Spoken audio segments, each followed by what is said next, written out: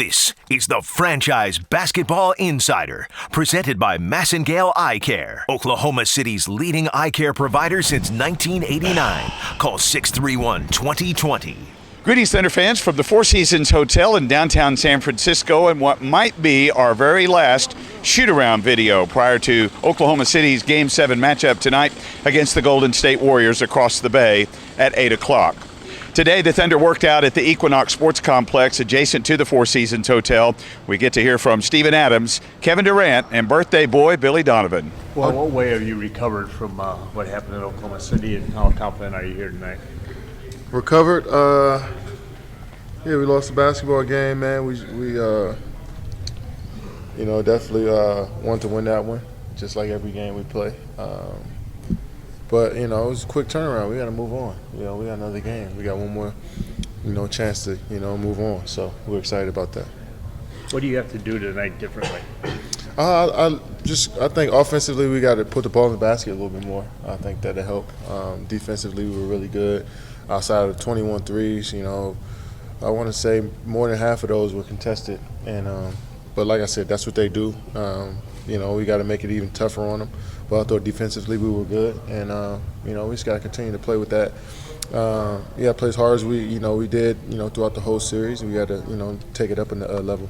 KD, you seem real relaxed, not down at all. How do you do that and not think about what's happened, in the last few games?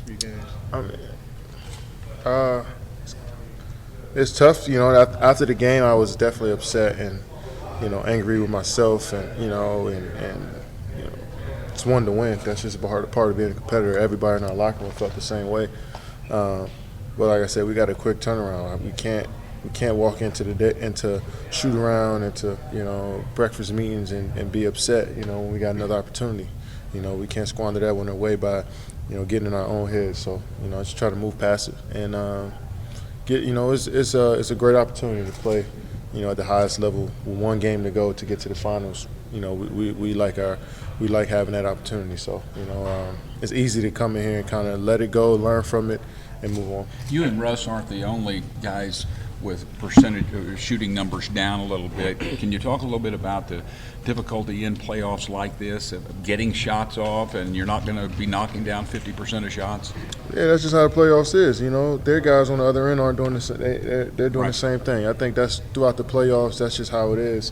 But I think what wins games is not really.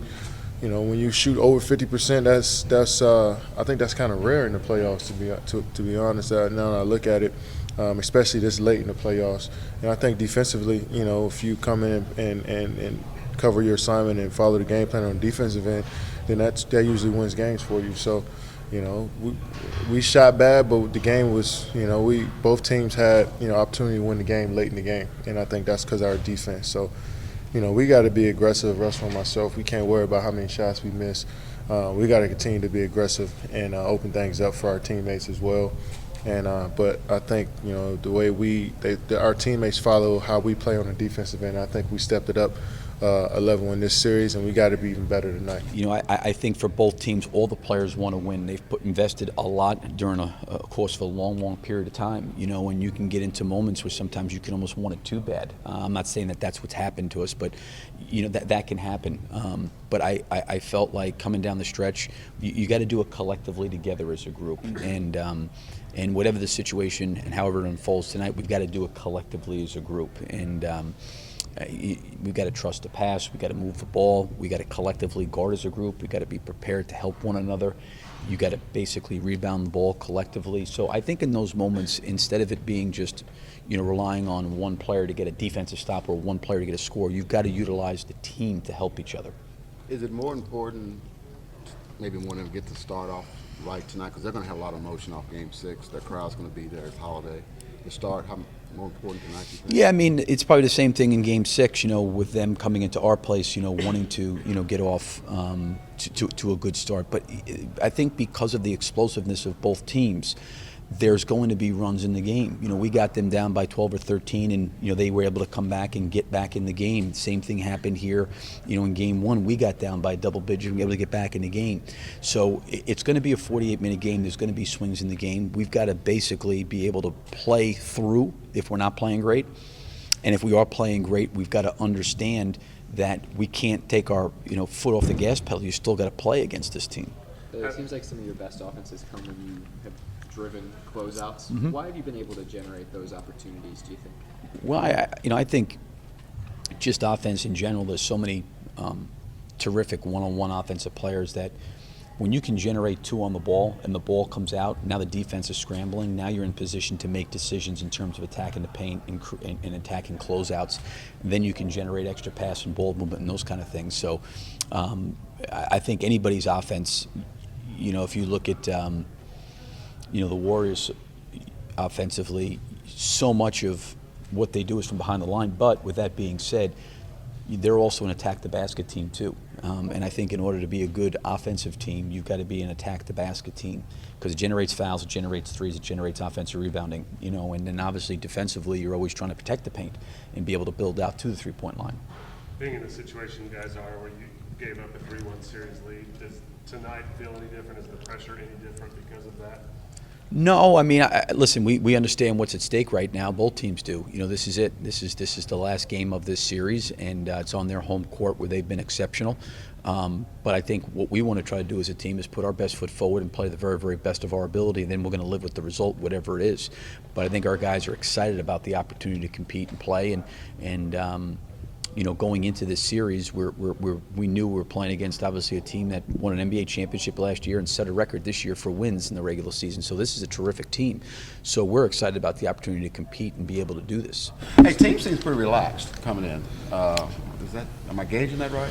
I wouldn't use relaxed. It's more so just, we're not depressed or anything or sad. It's just, we're just ready for the game. Excited for the opportunity. Yeah. So is that, I guess, a confidence? Yeah, just like I guess our normal kind of team spirit. All the other games are over with, and got another game tonight. How much can you learn from playing the same guys, having the same meetings, doing the same things? I mean, are you guys a lot smarter going into Game 7 than you were in Game 4? Yes, if you're talking about our knowledge of the team, of their team, then yes, definitely. We definitely know a lot more about them than we ever did. That's what happens in playoffs, bro. You play the same team over and over again. You understand what they're trying to do, all their stuff. So, yeah. You guys didn't look at the film from Game 6. Is that part of just kind of moving on and getting that out of your system? We didn't what? You didn't look at the film from Game 6? How do you know? I know. Oh, no.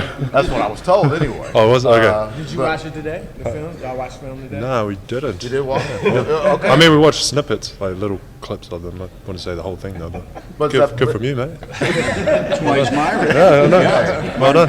Yeah. But is that part of just kind of getting that game out of your system, moving on? Yeah. I mean, like it's because it just came down to the same stuff that we've already covered, and just we went over it and shoot around and just cleaned up a few things and see how it goes tonight.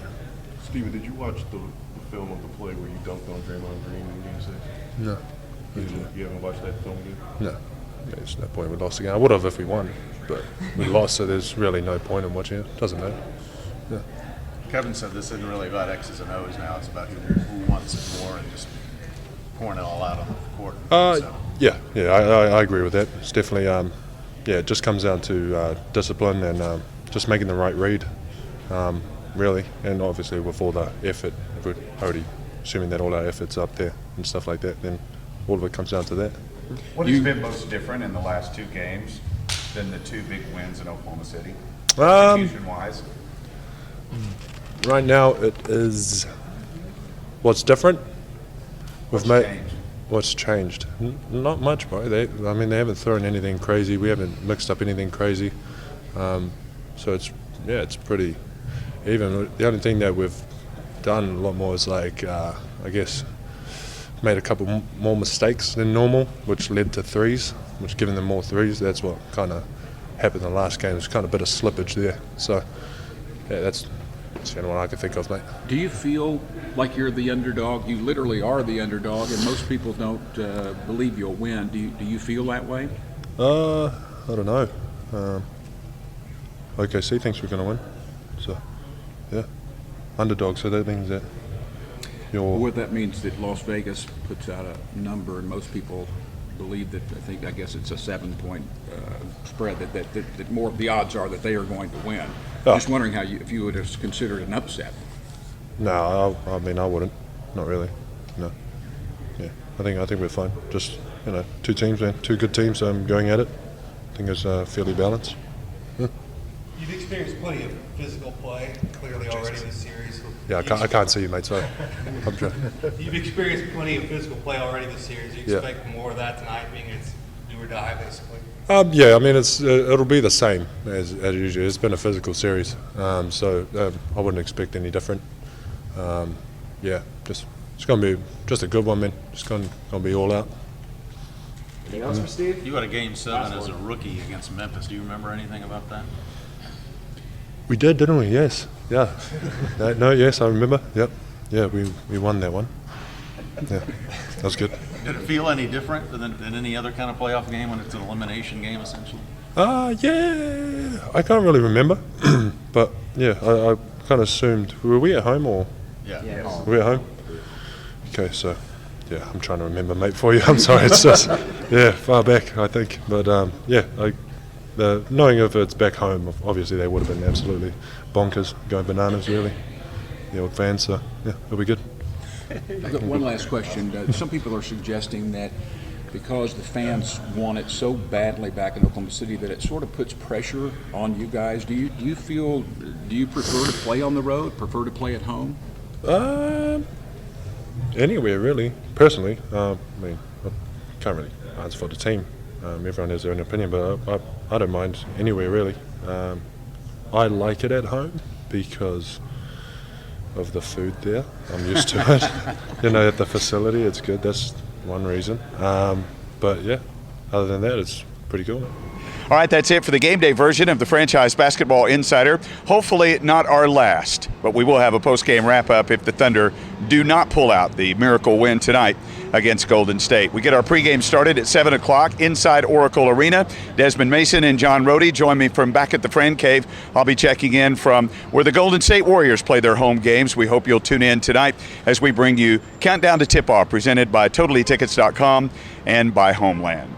Thanks for watching this edition of the Franchise Basketball Insider. I'm David Garrett for Oklahoma's new sound for sports, 107.7 The Franchise in Oklahoma City and 107.9 The Franchise in Tulsa.